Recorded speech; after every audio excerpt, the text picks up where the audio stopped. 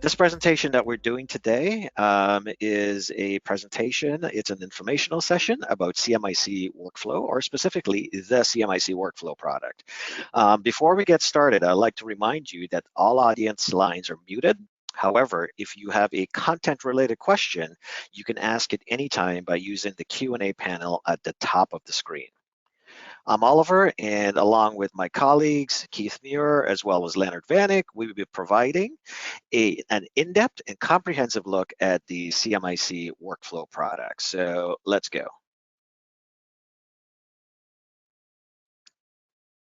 Okay, so today's agenda, I am going to be providing an overview of the CMiC product. We're then going to show you the default workflows that are available in the cloud, and Keith will demo how to turn them on as well as how to use some of these workflows. And we will be doing a rapid Q&A session with Len.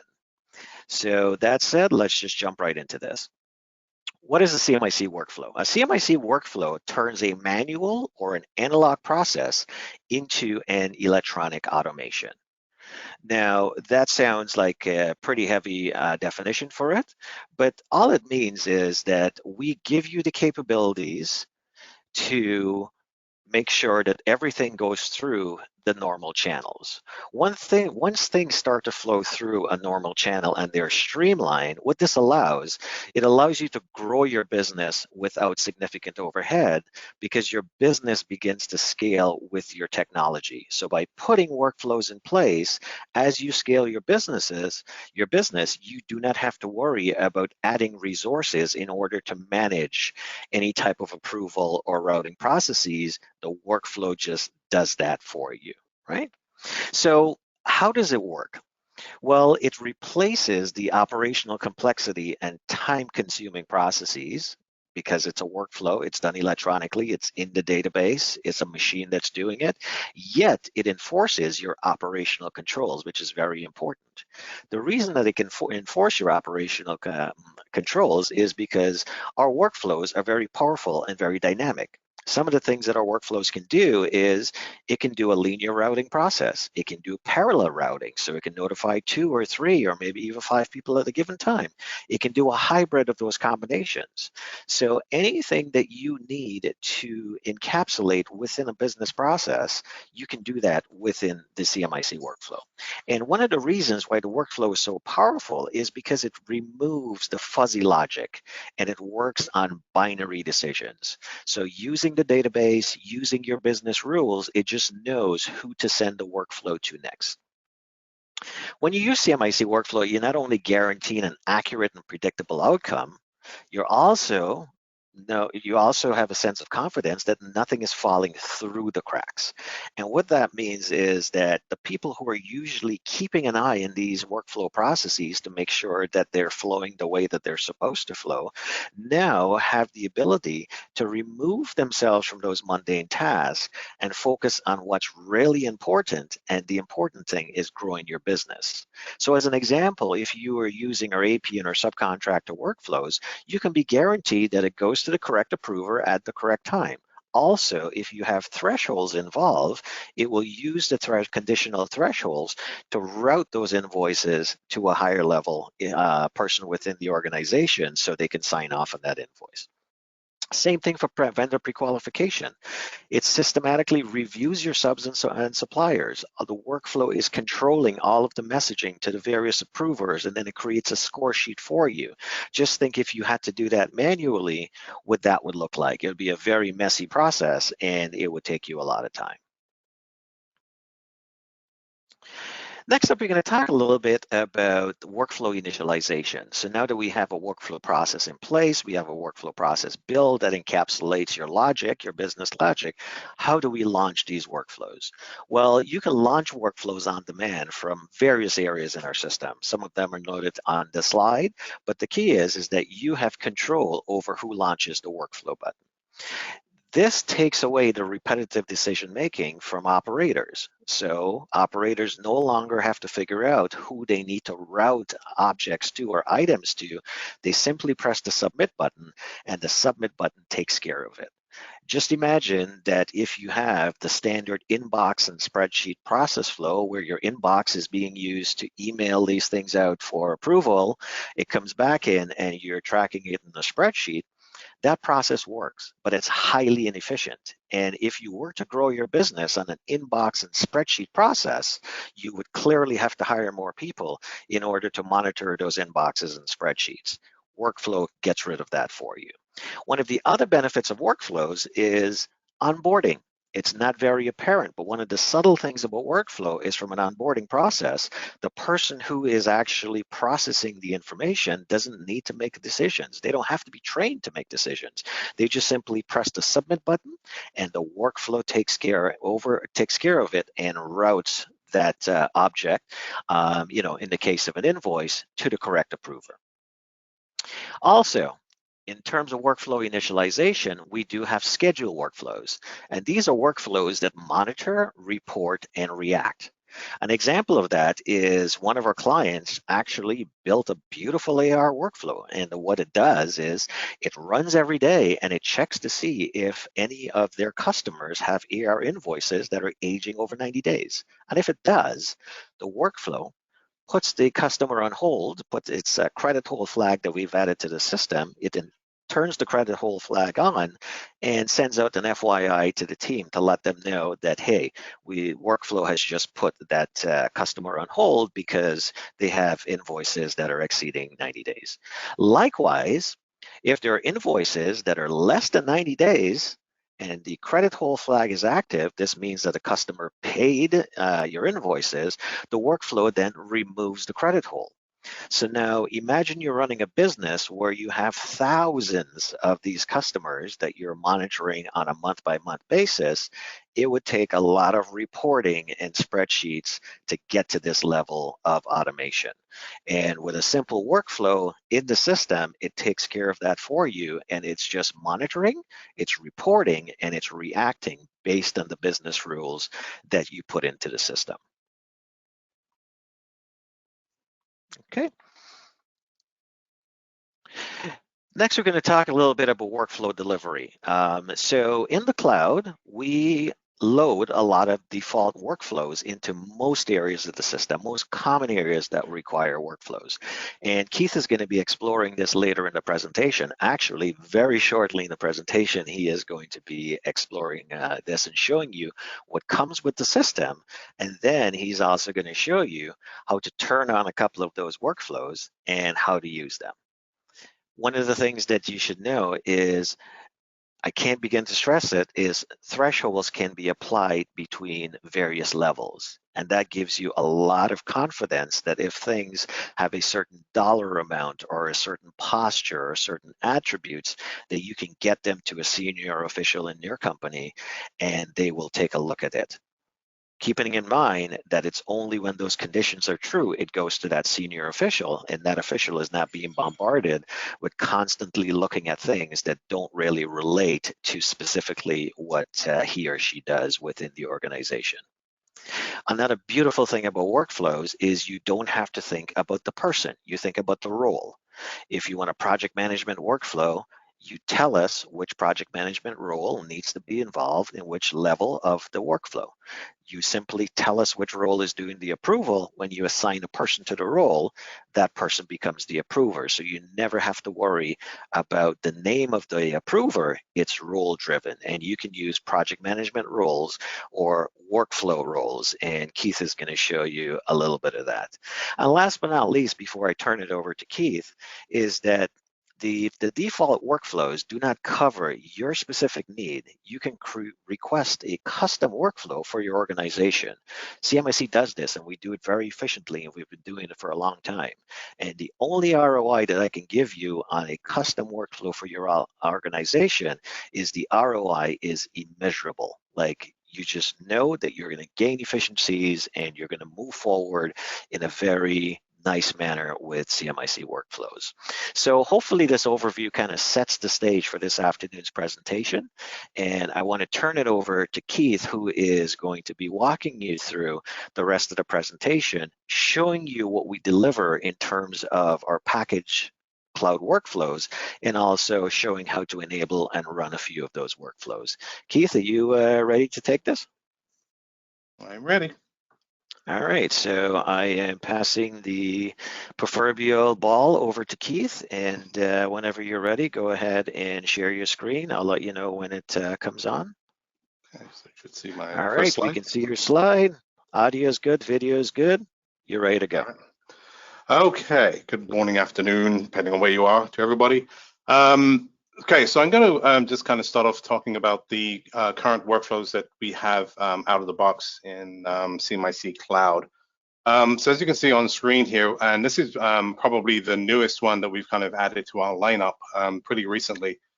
This is to do with subcontractor pre-qualification. So within this section of the system, we have both applicants and then we have our business partners. So within those screens, you have the ability, your pre-qual team would have the ability to be able to create pretty much on the fly a workflow approval process to whoever they feel should be involved within this.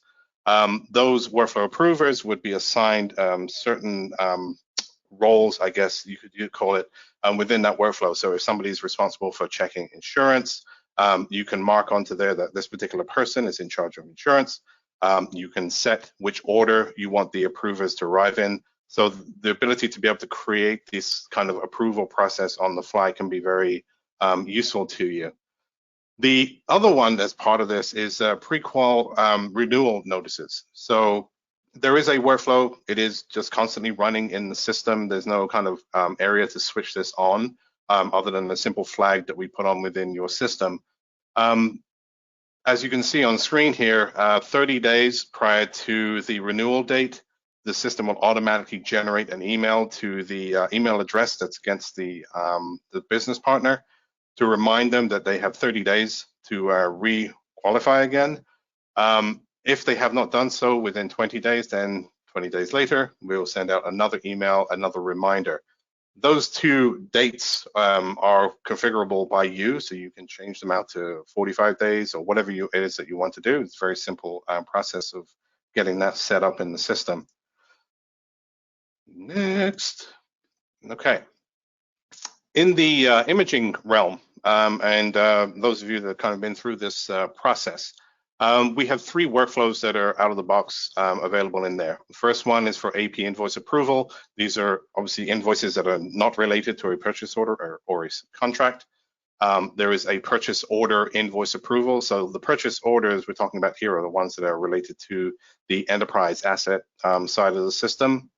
And of course, for subcontract invoicing as well. So any invoice related to any type of subcontract, we have a workflow approval process in place for that as well.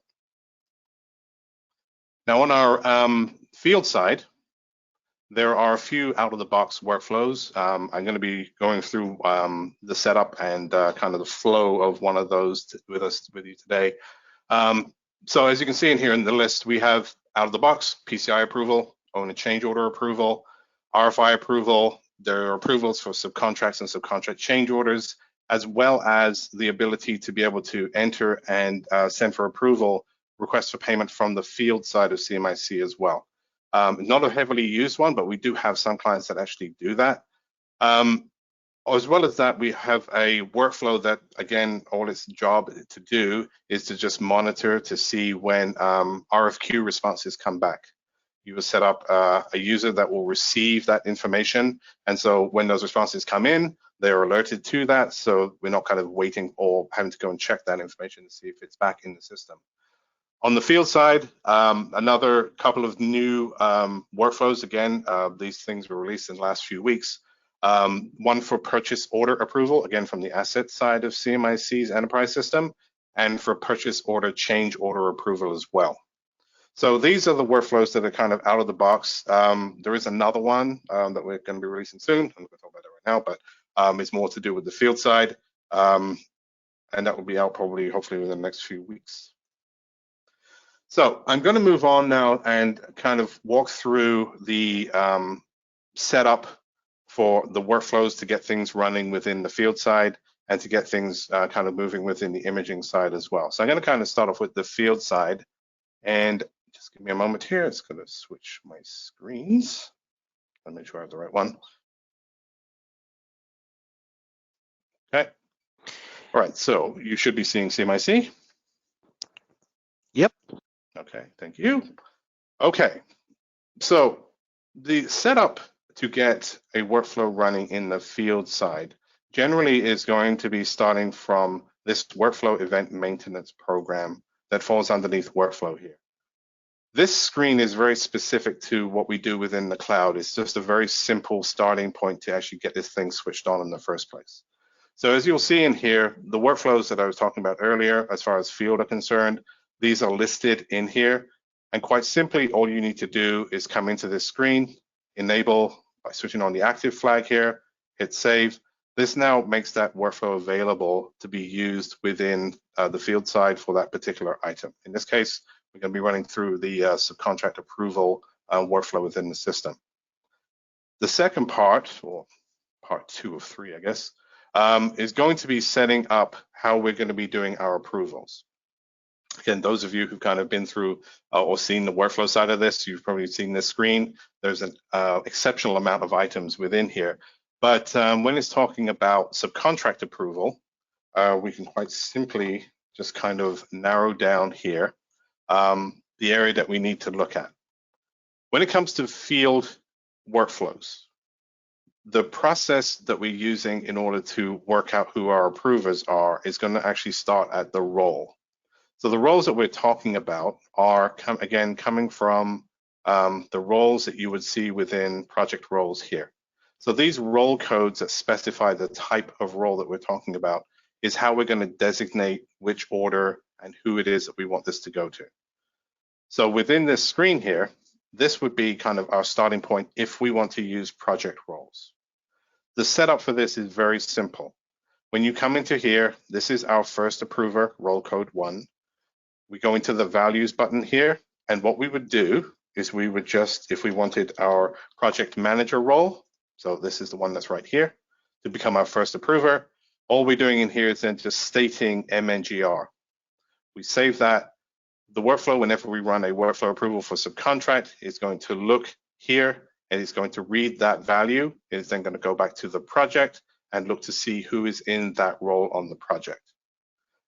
The other option, and the one I'm going to be using today, so I'm guaranteeing who it's going to, is going to be this one here. So if we do not have a project role in the system set up in that lookup that the system recognizes, it will just ignore it, and it will then go to this section here. Now within this section, you can set up by job who you want the approvers to be. Within here, I'm just going to do an insert. So when I insert into here, I can start adding records into this particular lookup. I can add in the company number. This will then give me a list of jobs. I can select the job that I want to do the approval for. And then the last field over here is going to be who is it that I'm specifying this to go to. So every time I know that when I start this workflow, it is going to go to that person. Take that out. I'm just going to leave this available here. So this is what I'm going to be using for actually my workflow approval. Is just set up so I'm actually the approval for every company and every job currently, which you can also do within the system.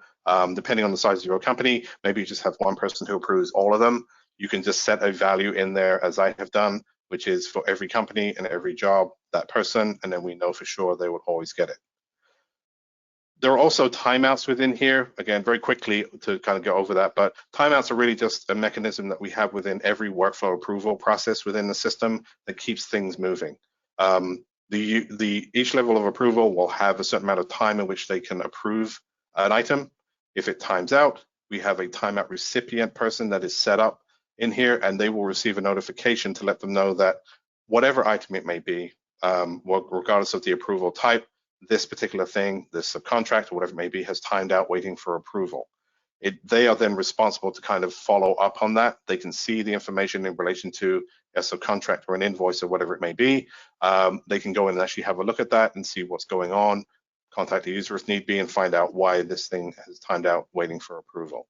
Okay, so that's your setup kind of on this side, is to really tell the system what it is that, or how you want your approvals to run. For all of our field approval workflows, there are 2 levels of approval that you can use. So the first one approves it. As soon as they've approved it, if you have included a second person, it will go to that second person. Every field workflow requires a first approver. As soon as you hit the workflow button to start it, it's going to be looking to find out who's the first person is there a second person, but always requiring of the first one. The last part to set up any workflow within the this side of the system is going to come from excuse me, the workflow section here against any role. So we're looking at the users within the roles in the project. Again, let me just use my project manager as an example here. So if the project manager was the one who was actually starting this workflow, they would need to have, in this case, this particular button switched on, workflow button subcontract. If they're doing workflows for PCIs, we want workflow button PCI switched on for that role.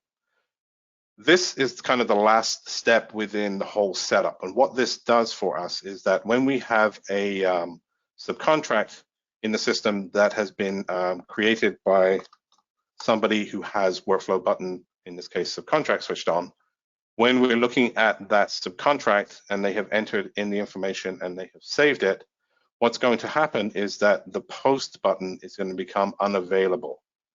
So if you have the ability to post, you create a subcontract, we're locking you in here so that you have to get this workflow process started and running in the system in order to get that approval done. So once you have the information entered into here, the user would then hit the workflow button. They are going to get a dialog box that will pop up to show them that they have started this workflow. See where mine disappeared to. Give me a second here. Well, Keith is. Go ahead.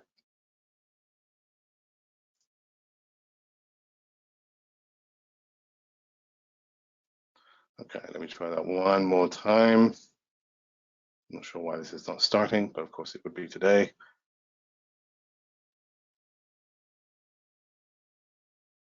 Okay, let me just move to a different one, see if maybe that's the problem with that one. I had that one prepared and ready for this, of course, so I guess today it's not going to do it for me, but I'll try a different one, see if I can get that running. Maybe not.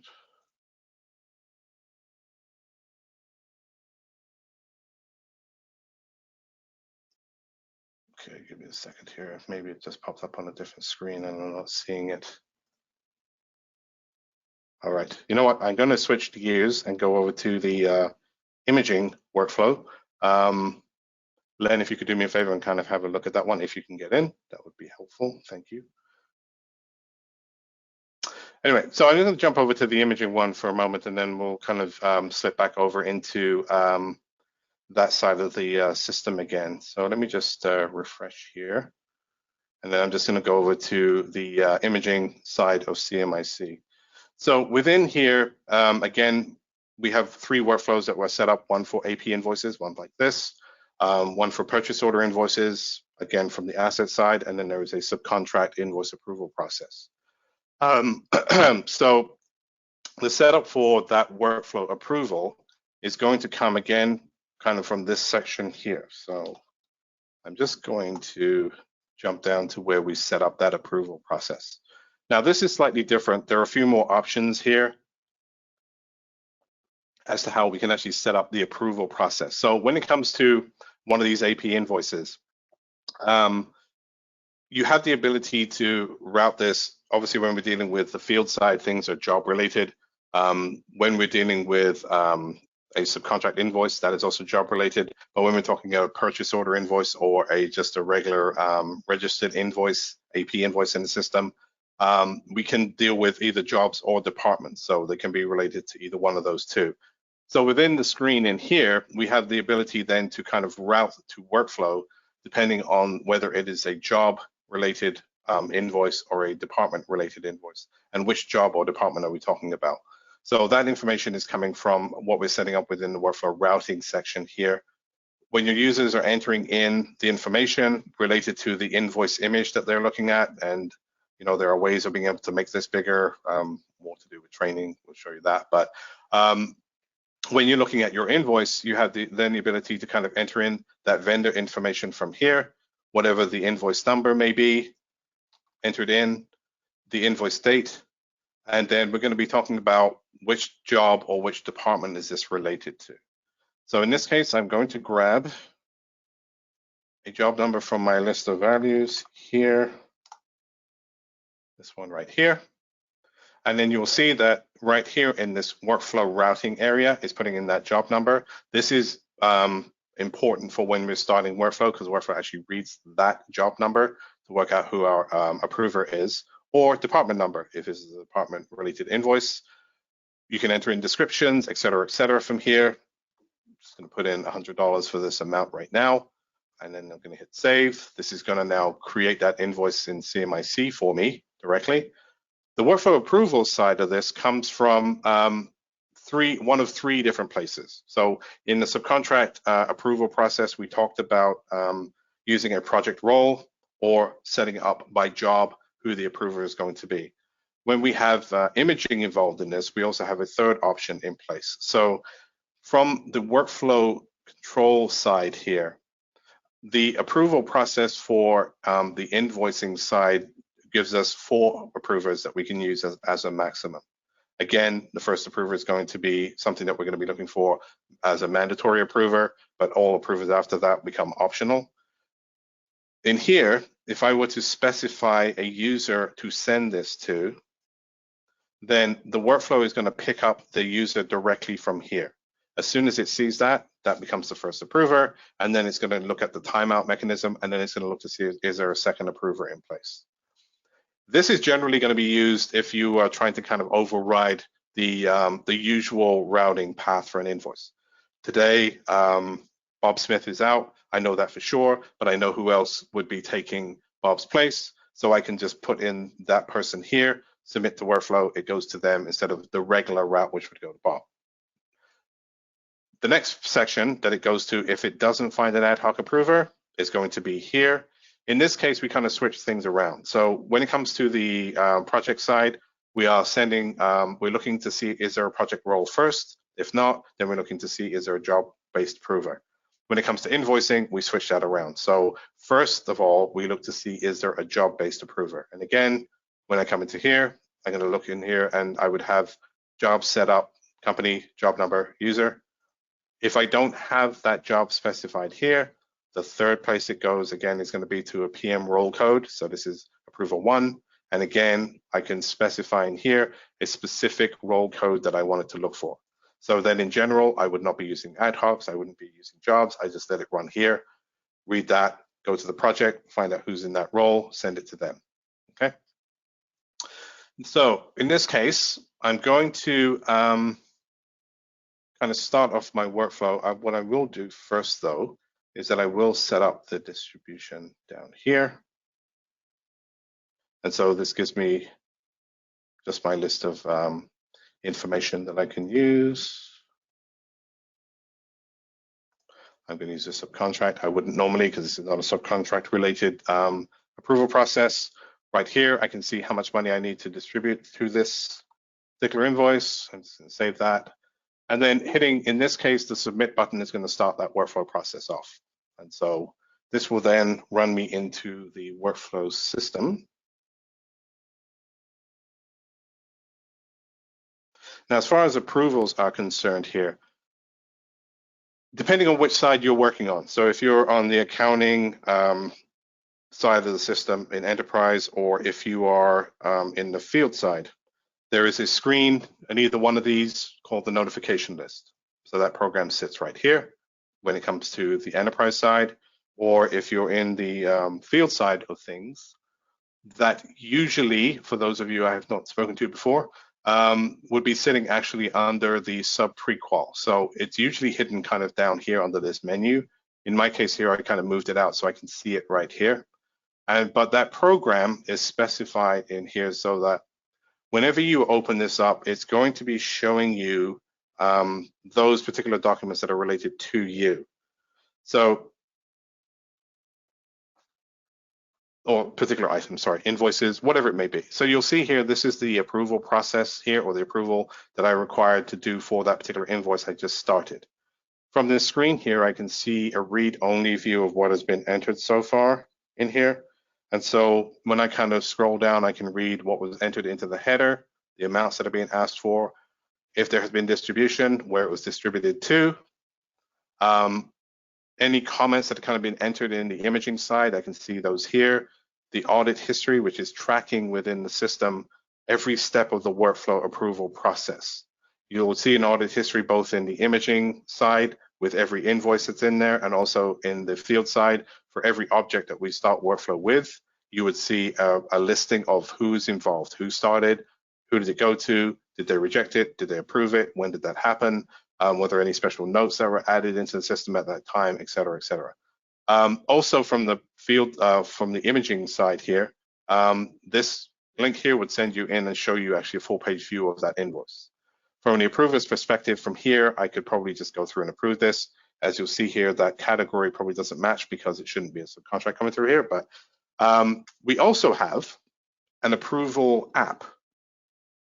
So for those of you who don't have a phone, unusually, or an iPad or something, but for anybody, running an Android device or a Apple device in your relevant store, there is a CMiC Approvals app. When you download that, for you guys, you would just select Cloud. You should get your 3 fields for logging in with, and then when you come in, you will see, as I do here, this is again that invoice sitting right there. I can drill into that just by clicking on it. This is then going to show me the information, again, that I was kind of looking at before. Up in the top right-hand corner, there is a paperclip. This will show me the document, okay? I can zoom in and out there. And as you kind of go down, you'll see this is the distribution area is right there. I have the ability to change my view so I can kind of see that a little bit better in kind of a top-down view. And also I have the ability here to go in and manipulate or change that distribution. So I can just go into here. If I select a different phase, just come over to here, hit done, and then I can switch my category, hit done, save. But this also then at this point, I can just slide back here. So using my phone or a tablet of some kind, I can bring up these things that belong to me, and I can do my approvals, etc., from this process. So either hitting the approve button, reject, or reassignment, which allows me the ability to send this to somebody else. I could, for instance, receive this, but I know it's not mine, or I could be one of multiple PMs on a job. And I've received this invoice, but it's not actually my invoice, it belongs to another PM. I can reassign it to them. Quite simply, you hit reassign, pick the user, hit the reassign button, and off it goes, out of your list into their list. And within our audit history, we will track that information. We know that you reassigned it to somebody else on this date, who you reassigned it to, okay? Let's move that out the way here. And so from this point then, I'm just going to actually just hit approve on here. And then I would hit the submit button, which is going to read that action and take that for me. And so this will then, when I come back in here, will clear this particular item from my list, okay?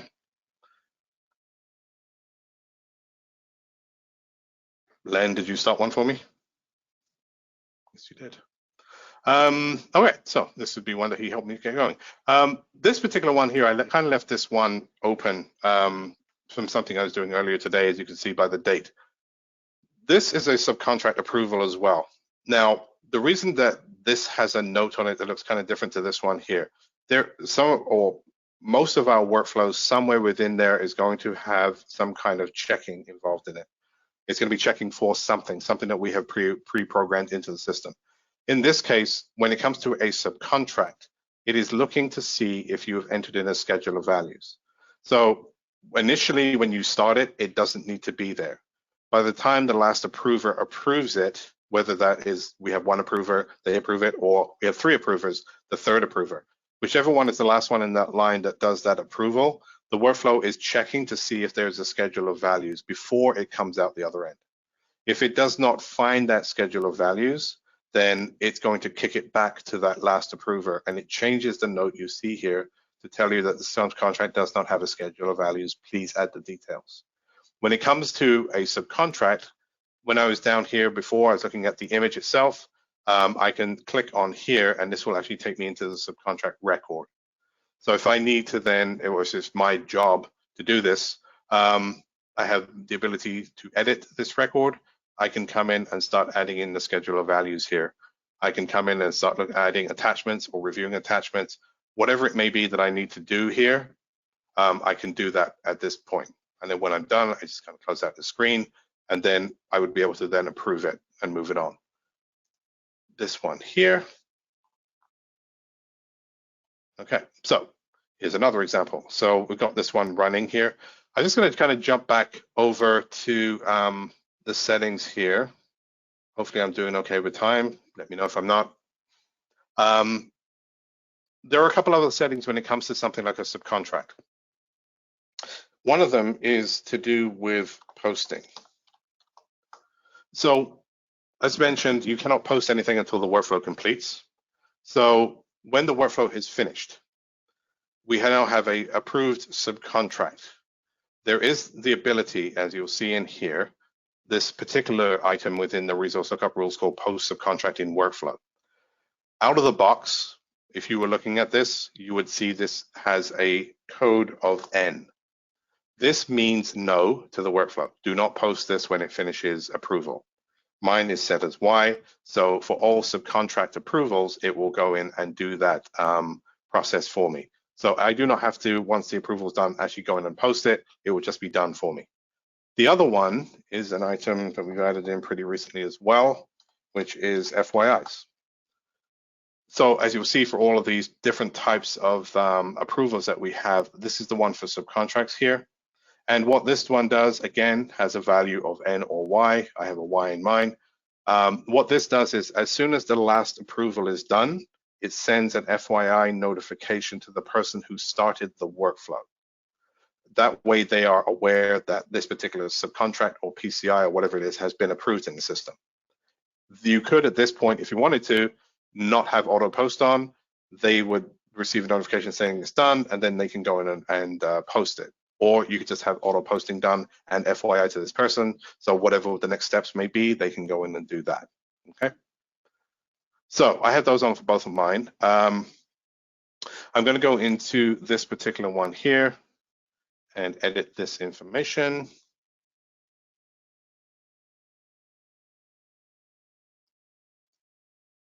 And then go in and add in a task. So let's say,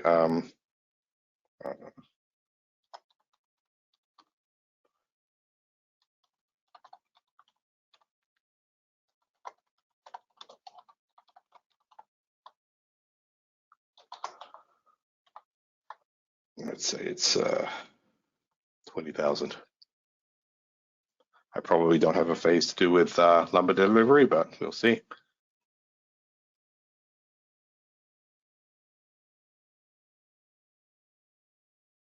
Yeah, let's go with that one there. And it's subcontract amount, and then I can hit save here. Okay, so this again has allowed me the ability to kind of edit the information that I need to if I need to before I approve this. Again, part of your workflow process may be that at this point here, possibly you are printing the subcontract, putting it back onto here.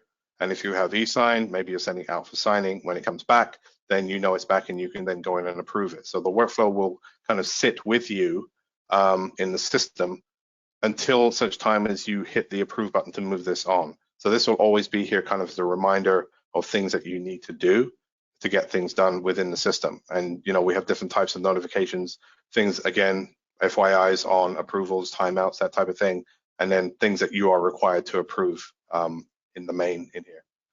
So I'm done with that one. I'm going to hit the approve button, hit submit.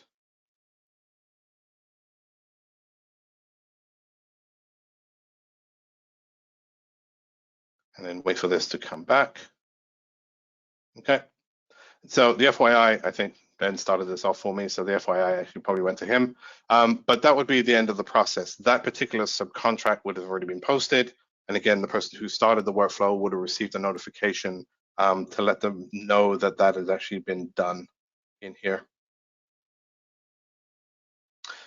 And that, I think, will conclude my part of this. Oliver, are you ready?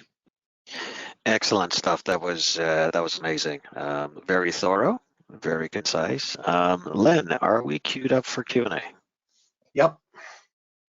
All right, so I'm just going to bring up the Q&A slide. I want to make sure that everyone is looking at the correct screen.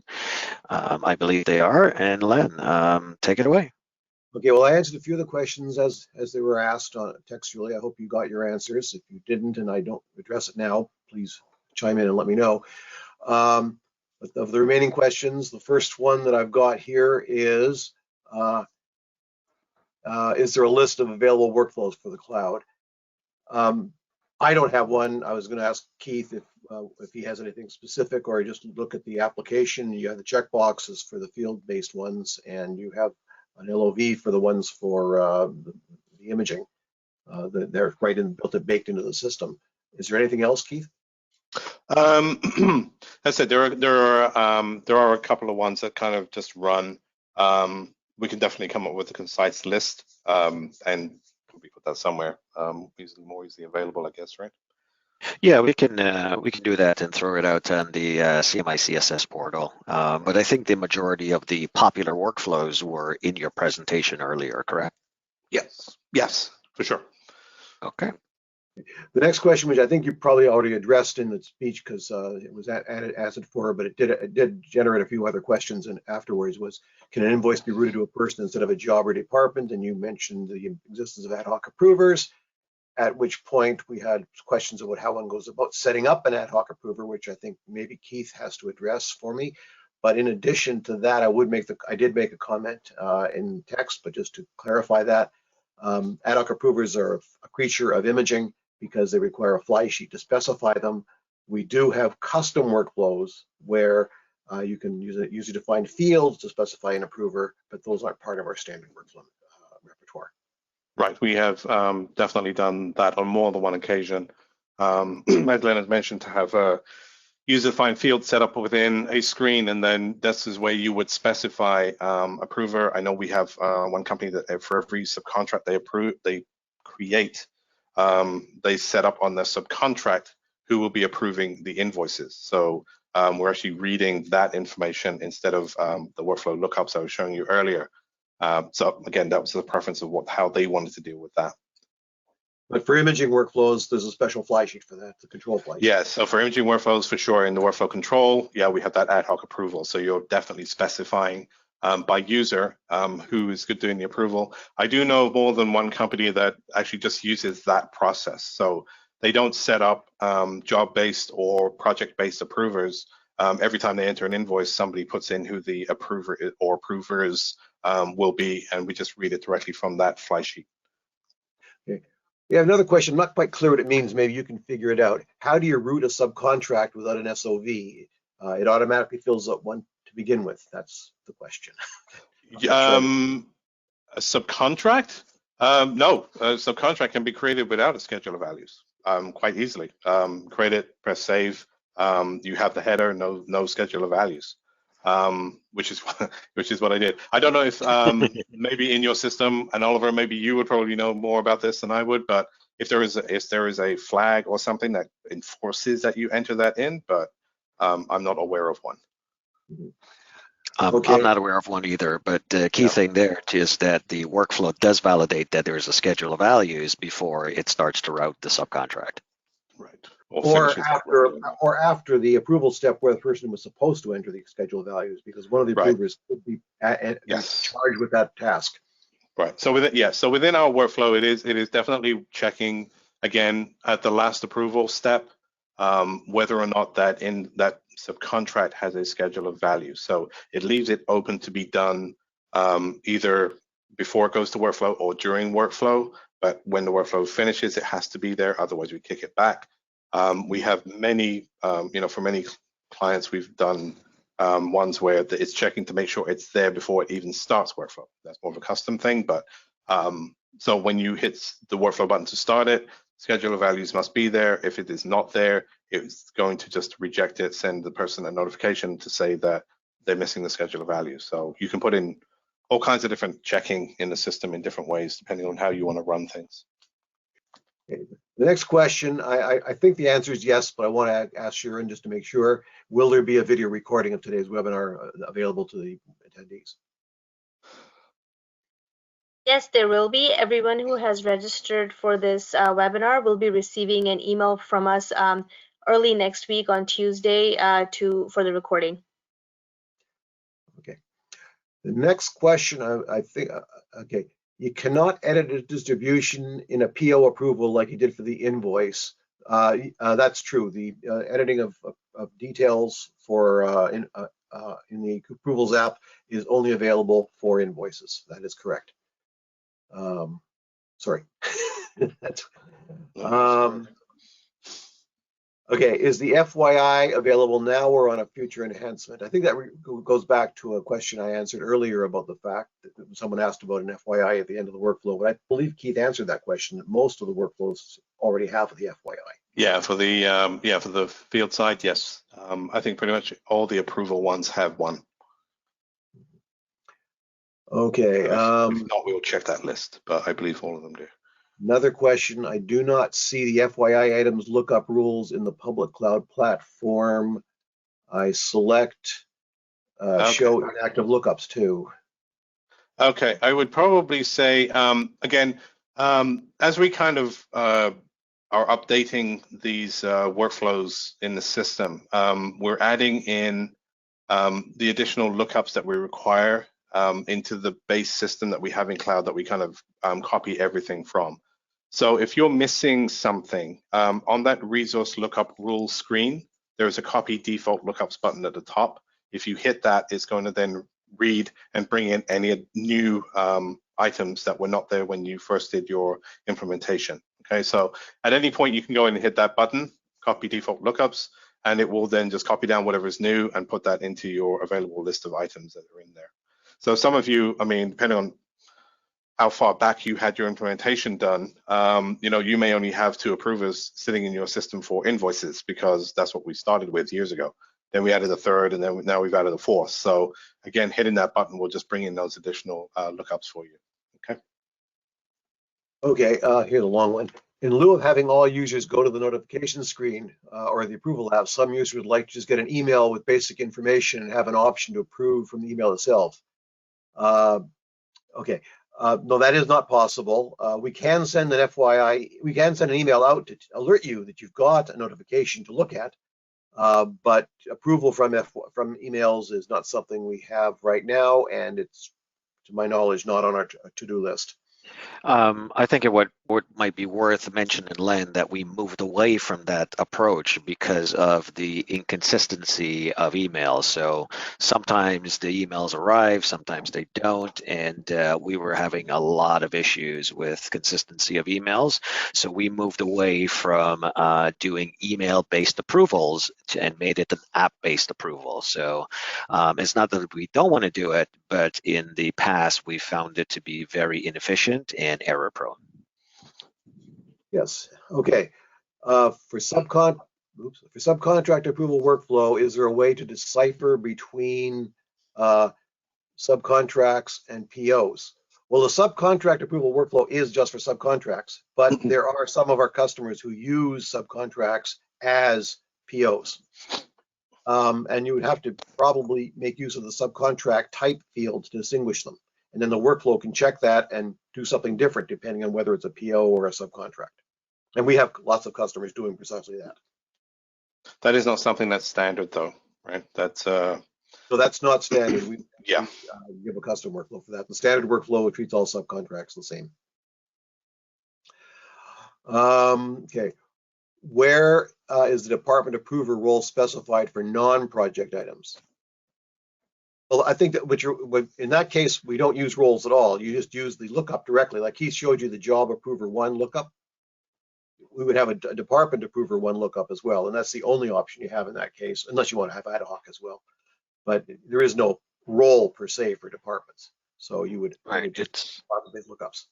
It's maintained within the workflow system, not within the financial or the PM system.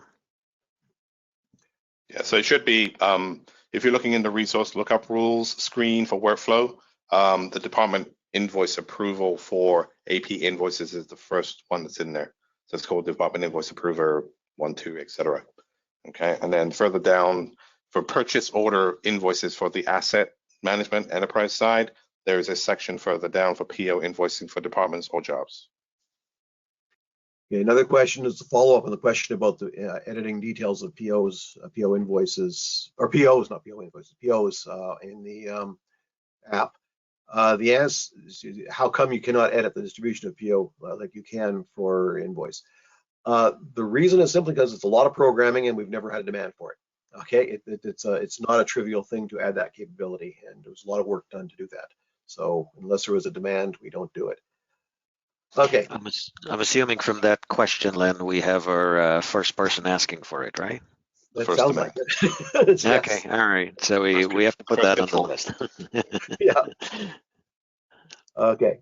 How do I create a fly sheet without cost coding it? I sometimes get an error saying the invoice is not cost coded. What does that mean? Okay. It means that you're trying to put something through it at the end of the workflow, and it hasn't been cost coded yet. You cannot fully approve an invoice that has no details against it. You've got to have it full, and we often, but cost coding in this case doesn't just mean you put some details in. It means that the details add up to what the control total is on the invoice itself. So that if you've checked the validation option, which is one of those things that Keith didn't discuss, was like posting and final notification is an option for validation. So if you've chosen that validation, the details have to match the header. Okay. Are you able to have a workflow for a subcontract print to a PDF document and send that for the workflow approver to review? Yes. Yes, you can, but not in the standard workflows. Can you enter an invoice upon receipt and route to another user to enter the cost code and phase information? Yes, yeah, because the validation is done at the end of the workflow, not the beginning. So you don't have to have the details filled in when you submit it to workflow. They just have to be there at the end after everyone's approved. So yes, you can enter an invoice without details. I mentioned you can route subcontracts based on amounts. How do we have subcontracts over a certain amount go to a certain approver? Keith, how extensive is our threshold-based stuff in the standard ones? I would probably have to say the only one that I'm aware of is the new PO asset one that we have thresholds built in to that I am currently aware of. I think we had kind of looked at that some years ago, but I don't know if it ever actually arrived in there. Okay, so we have to make note of that and see if there's an opportunity to improve that default workflow. But what it sounds like right now is thresholds are not built into the default workflows, but you can absolutely have them built into custom workflows. Correct. Yeah, I don't see any threshold-based thing in there. Correct. Okay. Okay. Can I assign a role, e.g. MGR, to be the approver for all RFPs instead of selecting an approver for each job? No. One of the limitations of using PM roles is you've got to specify the roles independently for each project, which means for each job. That is the downside of using them. The upside is that that's a less secure screen where you're doing that, so you don't have to, so that you can have the project manager, the project assistant, or somebody in the field responsible for that job. Somebody who's working on that project be responsible for maintaining those roles, whereas the workflow lookups are a more secure screen, and only certain users are allowed to do that. So they have a more powerful mechanism at their disposal. But if you're using PM roles, you have to do it individually for each project. There's no such thing as default. Okay. Okay. I'm trying to keep track of it. Okay. Where do you get images from? Okay, there are several ways in which images can get into the system. In the cloud, typically you just upload them directly into Image Manager. There's an image upload button, which you can use to upload images into Image Manager directly. Some customers are also using what we call image registration, usually in conjunction with our Kofax interface, which also scans the invoice and provides the initial data for the header record. And there's one other mechanism which I'm not entirely sure about. Oliver, can you clarify the third mechanism that we use as well? Of bringing images into Image Manager? Yeah. Yeah, the third mechanism would be sending those through our pay request portal. So CMiC has a pay request portal that is going to be in production as of patch 14.1, where subcontractors can go in there, enter their pay request, and when they submit it, we synchronize the data from the pay request portal with the CMiC imaging system. So it creates a registered subcontract pay request in the on-premise system, and then you can use your workflow in the on-premise system to route that invoice for approval, essentially cost coding and approval. So the other method is those images can come in from our pay request portal. And last but not least, we do have web services that allow you to bring images into the Image Manager application. Yeah, that last one was what I was thinking of, actually. Okay. I didn't even think of the pay request portal. Okay. Okay. Are there any plans to enhance the system for other FYI notifications, such as new job added or BP created? I don't know if we have plans for it. They're not particularly difficult things to do. I guess it's just a question of what the demand is. You have any comments on that, Oliver? I think we can put it on the list, but usually the method of getting this stuff to us would be through user voice. So if you can create a user voice item, put it out there, let's see how people vote on it. And that would also give us some type of, allow us to judge the need for it. But, you know, off the top, it does seem like a pretty nice workflow, or a couple of nice workflows to add to the system. Okay. An editorial comment here based on our previous discussion. Threshold would be very helpful for invoices, not just POs. Yes, we agree. Okay. Didn't we see something at Connect this past year in Oliver's presentation about basic workflows being built into the field UI for some screens? And how does that impact all that we have seen today? Or is this something completely separate? He's talking about the about our new The workflow pop-up. Light workflow. Yeah. Yeah, that's completely separate. It doesn't affect anything that we're talking about today. When that is released, that pop-up would allow you to go to any CMiC ADF screen and specify basic routing rules. So essentially, you can route a PO from, you know, one person to another using that light workflow builder.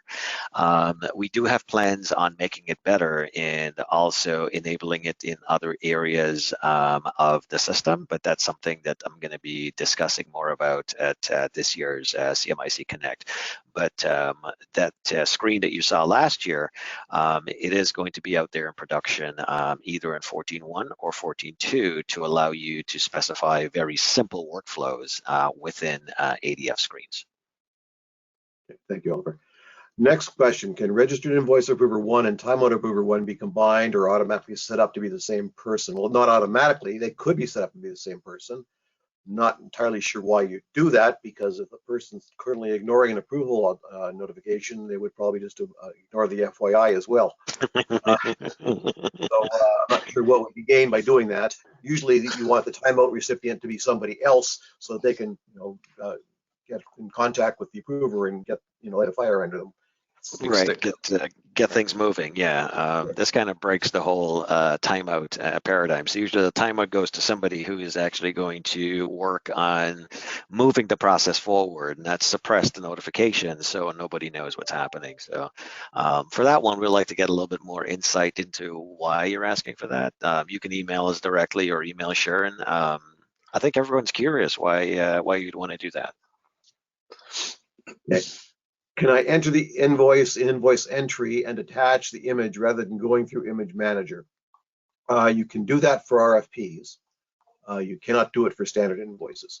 For RFPs, if you have the proper setup in your system, you can enter an RFP in field, and then when you click submit, it gets moved over to Image Manager, and it can be automatically sent to workflow, and from there on, it's as if you launched it from Image Manager. Also, for RFPs, you can launch them directly into workflow from the field screen and not have to go through Image Manager at all. Keith did mention that in his presentation. Yeah, you can. Sorry, the one other thing you can. There is an AP query, registry invoice query. There is an integration into there that kind of allows you the ability to enter an invoice of any type once it's posted, or in the system, I should say, probably. Within that registry invoice query screen, you do have the ability in there to upload either using the attachments, or there's another button called ECM documents that does require a little bit of imaging setup, but you can link after the fact a document to a transaction that's in there. Okay. To clarify, I think this goes back. Oh, this goes back to the Approver 1 previous question. To clarify, we set up Registered Approver 1, Timeout Approver 1, SC Approver 1, SC Approver 1. There's 4 individual setups are all the same job and the same person for every job. Oh, you're thinking a way of speeding up entry of putting in all the approvers at the same time. No, each one has to be done individually. You can't. That's going to come when we do our rewrite of the current workflow screens. But that is a multi-year project. But we do know that we do need to add batch-based or bulk-based operations to those screens. So it's going to be incorporated in the new interface that we're building out, which is something that is going to emerge over the next couple of years. One thing we are doing, and it's being programmed pretty much, it's on our programming schedule already, is that the duplicate field or duplicate record button will be activated for the entry of the approvers in the lookups in the lookup screen. So not the main screen, but the pop-up screen, where you'll have the ability to duplicate records. I don't know if that's relevant to this question, but it's sort of related. Okay, the final question, is the pay request portal included in the base product, or is that an add-on? That's for you, Oliver. The pay request portal is included as long as you have an on-premise pay request screen, whether it's imaging or the project management or field screen. The pay request portal is included. So it just takes that on-prem screen, moves it out to the pay request portal with a subcentric view, and the subcentric view is a very self-service type of operation. So it's very easy to use. It's not as heavy or as complex as the on-premise systems, on-premise screens, which are more designed for advanced users. So the answer is yes, it is included if you run any of the CMiC subcontract request for payment entry screens. Okay, that's it. That was the last question. Well, one thing. Great presentation. Thanks. Okay. Hey, thanks for the shout out there. All right, so we are not going to prolong this. We got through our presentation, and I'm just going to share my screen and bring us through the closeout. So in closing, I want to thank everyone for attending. Of course, we always enjoy when you guys come into these sessions. It's always a great conversation. We learn a lot. Hopefully you learned a lot from today's presentation. Just summing up CMiC workflow, increases efficiency, It's predictable, guaranteed outcomes. Nothing falls through the cracks. And most of all, it provides growth. It allows you to scale with the CMiC technology. So with that said, I would like to thank everyone for attending. I would like to thank my fellow presenters in the marketing department for coordinating this. And to everyone out there, enjoy the rest of your day and have a good one. Bye for now. Bye, everybody.